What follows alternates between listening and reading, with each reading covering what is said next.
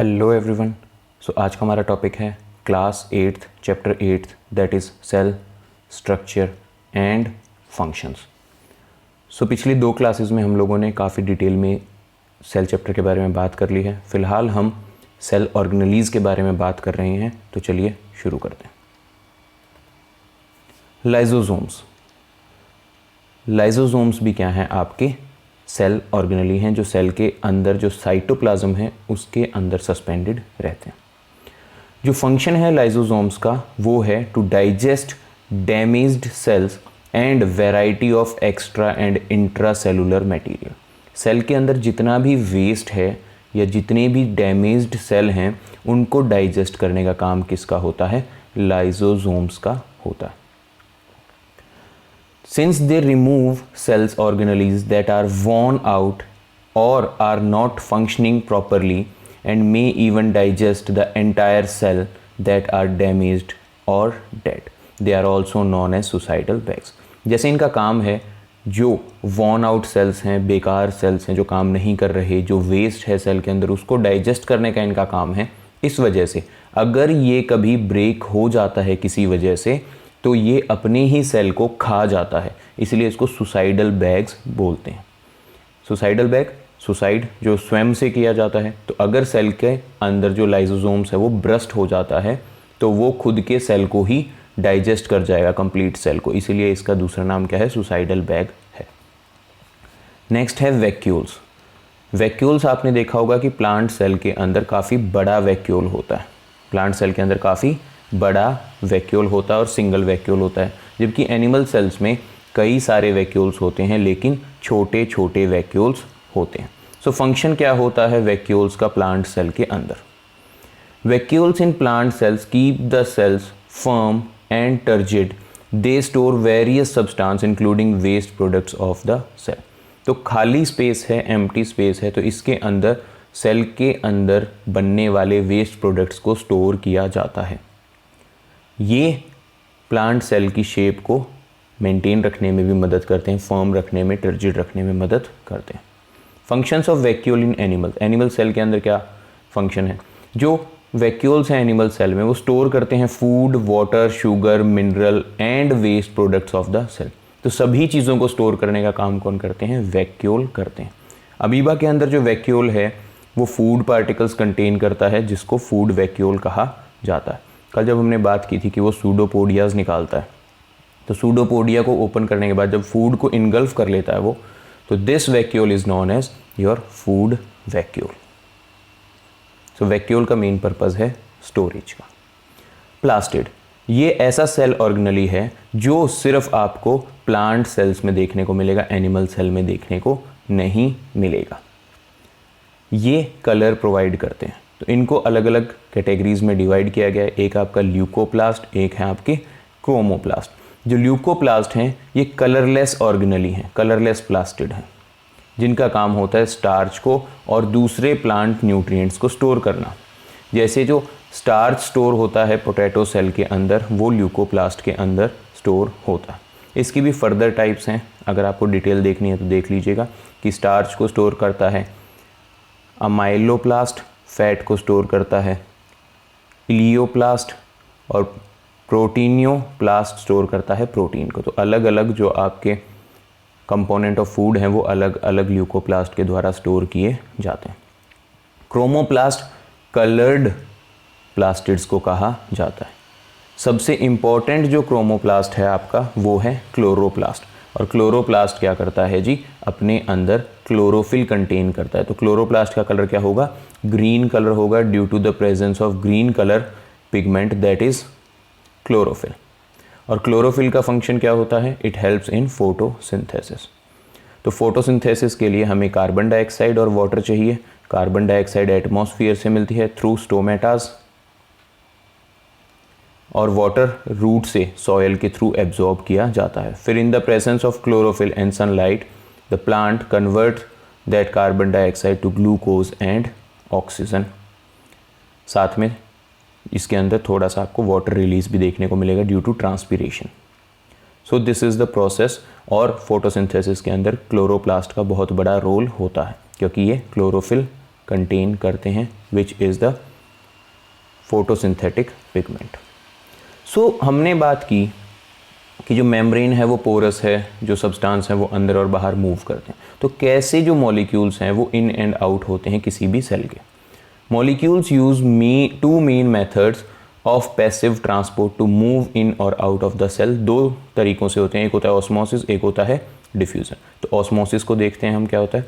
When the solvent moves from the area of dilute solution to the area of concentrated solution through a semi-permeable membrane in order to equalize the concentration level of both the solution, the process is known as osmosis। तो जो solvent है, क्या कह रहा है solvent, जब solvent move करता है कहाँ से, लो शुगर कंसंट्रेशन एरिया से हाई शुगर कंसंट्रेशन एरिया। मान लीजिए आपने एक बीकर लिया है, उसके अंदर एक सेमी परमिएबल मेम्ब्रेन बीच में लगाई है, इधर क्या है वाटर कंटेंट हाई है, आपके लेफ्ट साइड में क्या है वाटर कंटेंट हाई है। यहाँ पे ऊपर सिंबल देख सकते हैं, वाटर का छोटा सर्कुलर है और शुगर का बड़ा। तो यहाँ पे शुगर सॉल्यूशन है, तो शुगर सॉल्यूशन कंसनट्रेटेड है, यहाँ पे वाटर की कंसनट्रेशन लो है, यहाँ पे वाटर की कंसनट्रेशन हाई है। So movement of water from higher concentration, water की कंसंट्रेशन जहाँ पे हाई है वहाँ से लोअर वाटर कंसंट्रेशन की तरफ जो मूवमेंट है through a semi permeable membrane, this is known as osmosis. क्या कहलाता है ये, ऑस्मोसिस कहलाता है।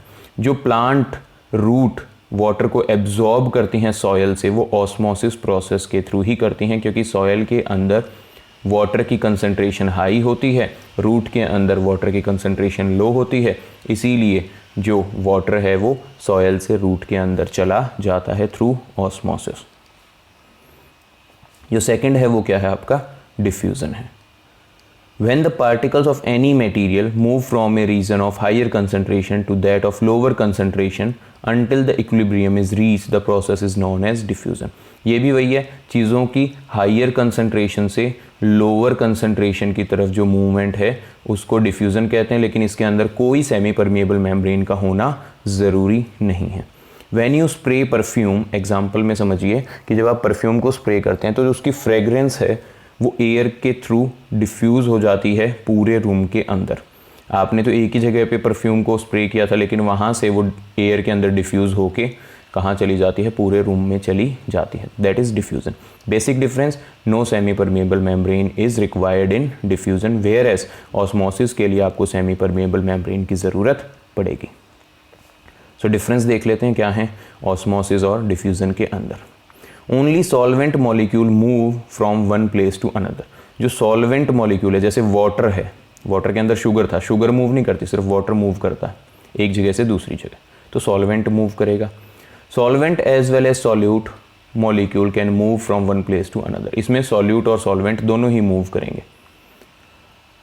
Osmosis takes place only in liquid. Osmosis सिर्फ लिक्विड में होता है। डिफ्यूजन आपका सॉलिड में, लिक्विड में, गैस में, किसी में हो सकता है। जैसे अभी हमने परफ्यूम की बात की, परफ्यूम गैसियस फॉर्म में प्रेजेंट होते हैं।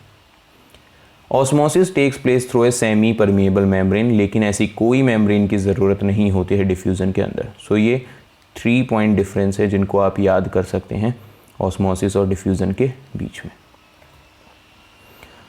सो why do plant cell have cell wall. Plant cell की सेल वॉल क्यों होती है?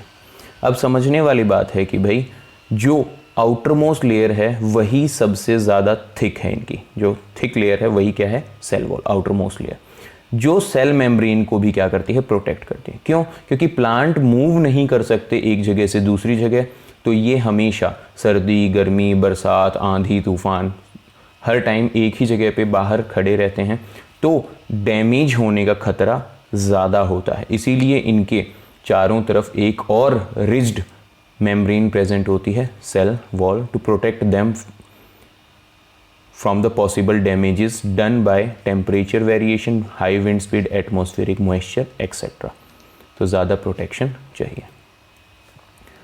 सो जो ऑर्गेनिज्म है वो 2 फर्दर कैटेगरीज में डिवाइडेड हैं, एक है प्रोकैरियोट, एक है यूकैरियोट, ऑन द बेसिस कि वो कितने वेल डिफाइंड हैं। तो जो प्रोकैरियोट होते हैं उसके एग्जांपल हैं आपके बैक्टीरियल सेल और blue green algae, that they do not have well defined nuclei. जो न्यूक्लियस होता है सेंटर में हमने बात की थी 3 कंपोनेंट है, उसमें सेंटर में क्या होता है, न्यूक्लियस, उनका वेल डिफाइंड न्यूक्लियस नहीं होता है, like those of multi cellular organism. तो प्रोकैरियोट्स मेनली क्या होते हैं, यूनिसेलुलर होते हैं, इनका जो न्यूक्लियस है वो वेल डिफाइंड नहीं होता है, जबकि मल्टी सेलुलर का जो न्यूक्लियस है वो वेल डिफाइंड होता है।